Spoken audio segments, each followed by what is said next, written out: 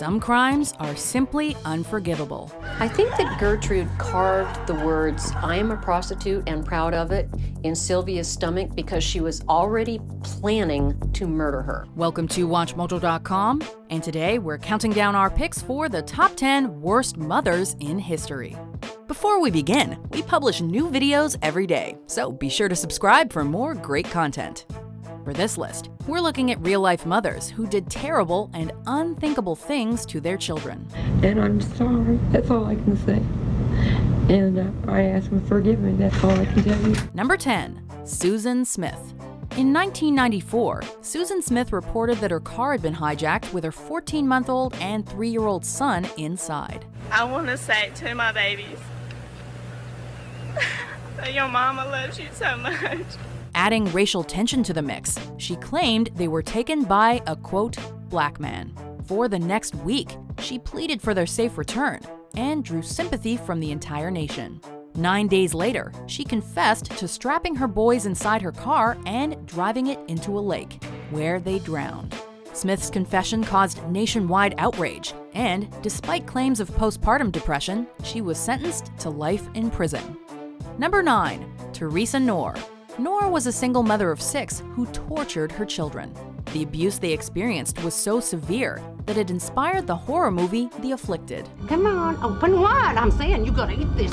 You gotta eat it. Although all 6 children were made to suffer, the eldest daughters, Susan and Sheila, received the worst of it.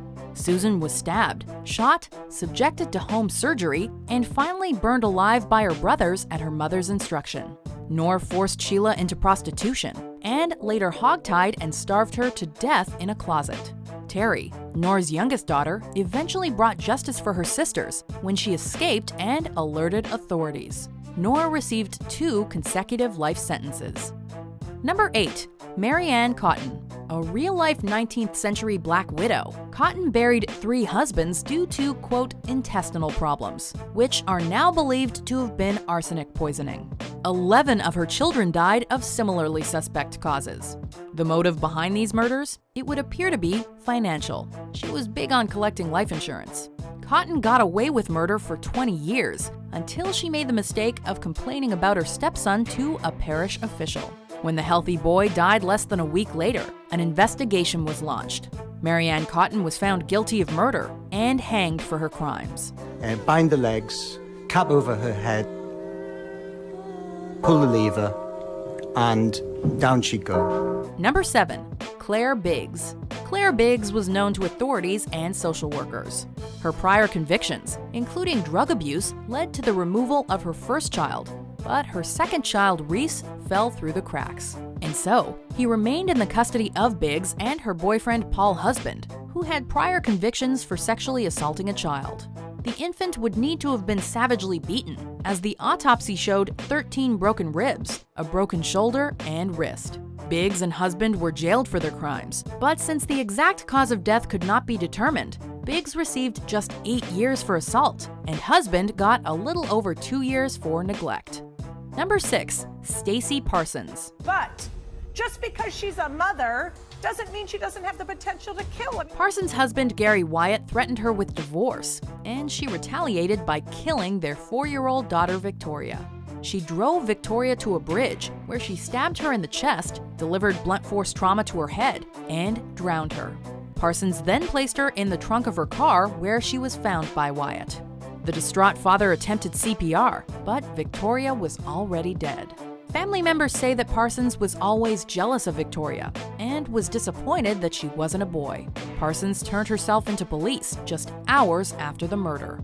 Number 5. Casey Marie Anthony. Once labeled the most hated mom in America, Anthony says she knows many people still think she killed Kaylee. When a child suddenly goes missing, most parents would be on the phone with police within an hour. But Casey Anthony apparently waited a month. In fact, it was her mother who alerted authorities. Anthony also lied to police multiple times when they were looking for the 2-year-old. When young Kaylee's remains were found, her death was ruled a homicide, and Anthony was the prime suspect.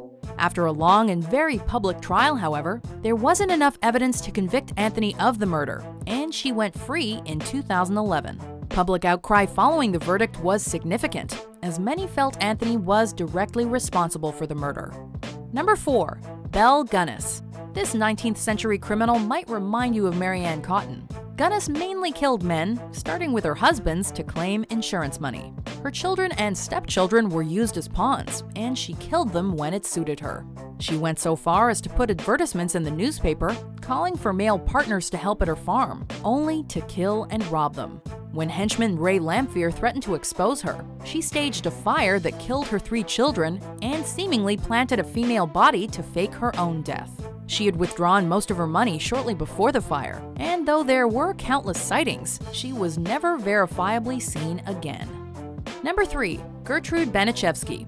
Lester and Betty Likens left their teenage daughters Sylvia and Jenny in the care of Gertrude Baniszewski while they worked with a traveling carnival. When payments for the girls' care came late, Baniszewski's true character was revealed, and she began physically and emotionally abusing the girls, particularly Sylvia. She encouraged her own children and those from the neighborhood to torment the girl. Sylvia lived through various tortures, suffering burning and blunt trauma, until she eventually died. Baniszewski served just under 20 years in prison, while her children were also prosecuted for their roles in the murder. The case inspired multiple novels, including The Girl Next Door. Number 2. Ka Yang. This mother of 4 took her 2-month-old daughter Mirabelle and put her in a microwave for up to 5 minutes. Mirabelle suffered severe burns, her internal organs were damaged, and she died as a result. Yang, who had been suffering from epilepsy, claimed she was having a seizure and was unaware of her actions. Despite her defense, she'd been inconsistent with her account of the events, telling police that she dropped Mirabelle on a space heater. When police found a pacifier in the microwave and radiation was discovered in Mirabelle's stomach, Yang admitted to killing her baby and was sentenced to life in prison for first-degree murder. Before we unveil our number 1 pick, here are some honorable, or in this case dishonorable, mentions. And I want to tell you something else. I'm fighting for his freedom. I've written to the governor and to everybody, and I'm never going to rest until I set him free. Will you please sit down? Maybe in their innocent years, God would take them up. Number 1. Sanae Shimomura. This single mother of 2 was tired of taking care of her 3-year-old daughter and 1-year-old son, so she repeatedly left them alone in her apartment while she spent time with her boyfriend. She would typically leave the children for a few days, but in June 2010, she simply didn't go home. Concerned neighbors could hear the children crying, and social services reportedly passed by. But finding no one home, the children were never rescued. After a month locked in the apartment, their bodies were discovered, the children most likely having starved to death. Shimomura was sentenced to 30 years in prison for her crime.